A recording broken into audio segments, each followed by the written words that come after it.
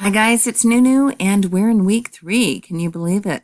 So let's cover where did we go in weeks 1 and 2 and where are we going in week 3? What direction are we heading? So in week 1, discussion 1, we discussed the quality of your educational journey, whether it prepared you for college level work and encouraged a positive self-concept as a student, teaching you that if you study hard, you will master complex lesson concepts such as algebra problems and essay writing. Yep, you can grow your brain via study. Did you learn that? For week 2, discussion 2, we discussed how to scaffold or build the essay via an annotated outline. And this week, week 3, we have discussion 3.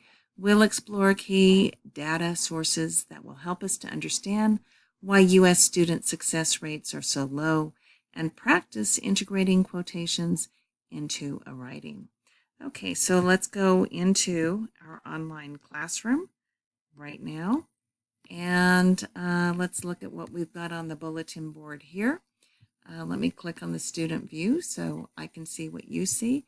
We see our menu here, we see home, and we see the bulletin board and the link to this week's discussion, the data sources. You just need to click on it here, and it'll take you into discussion 3. And we also have 2 MLA quizzes.